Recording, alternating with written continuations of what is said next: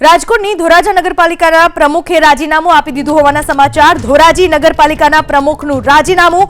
રાજકોટની ધોરાજી નગરપાલિકા જ્યાંના પ્રમુખે રાજીનામું ધરી દીધું હોવાની માહિતી।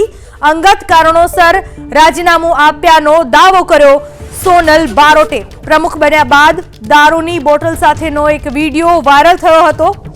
વિવાદમાં આવ્યા બાદ પ્રદેશ સંગઠનના આદેશથી રાજીનામું આપ્યું। આ વિશે વધુ માહિતી આપવા આપણી સાથે જોડાઈ ચૂક્યા છે અમારા સંવાદદાતા રાજકોટથી। કયા કારણોસર રાજીનામું આપ્યું હોવાની વાતો ચર્ચાઈ રહી છે?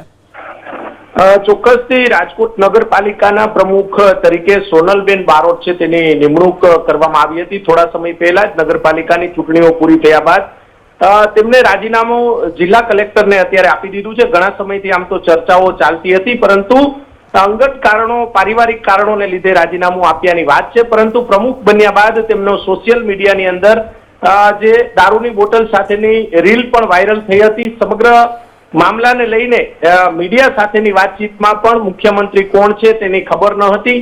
અલગ અલગ બાબતોથી સોનલબેન વિવાદમાં આવ્યા હતા, ત્યારબાદ તેમને રાજીનામું આપી દીધું છે।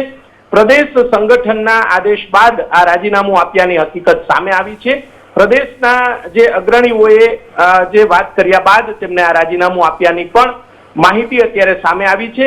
અત્યારે થોડીવાર પહેલા જિલ્લા કલેક્ટર છે તેમને આ રાજીનામું સુપ્રત કરવામાં આવ્યું છે। એક મોટા સમાચાર એટલા માટે કહી શકાય કે થોડા સમય પહેલા જ તેમની નિમણૂક થઈ હતી ધોરાજી નગરપાલિકાના પ્રમુખ તરીકે। હવે નવા પ્રમુખ કોણ બનશે તેને લઈને પણ અનેક ચર્ચાઓ જે છે તે શરૂ થઈ ગઈ છે। ધોરાજી નગરપાલિકા ના નવા પ્રમુખ કોણ બનશે તેને લઈને અનેક નામોની ચર્ચાઓ ફરીથી શરૂ થઈ ગઈ છે, પરંતુ એક રાજકીય રીતે મોટા સમાચાર કહી શકાય। થોડા દિવસ પહેલા જ મહિલા પ્રમુખ તરીકે સોનલબેન જે છે તેમની નિમણૂક કરવામાં આવી હતી અને પ્રદેશ અલગ અલગ બાબતોને લઈને તેઓ વિવાદમાં આવ્યા, જેને લઈને આજે તેમને રાજીનામું આપવાની ફરજ પડી છે। પોતે અંગત કારણોને લીધે રાજીનામું આપ્યાની વાત છે, પરંતુ સૌ કોઈ જાણે છે કે શા માટે તેમને રાજીનામું ધરી દીધું છે। જી, આભાર આપનો તમામ માહિતી બદલ।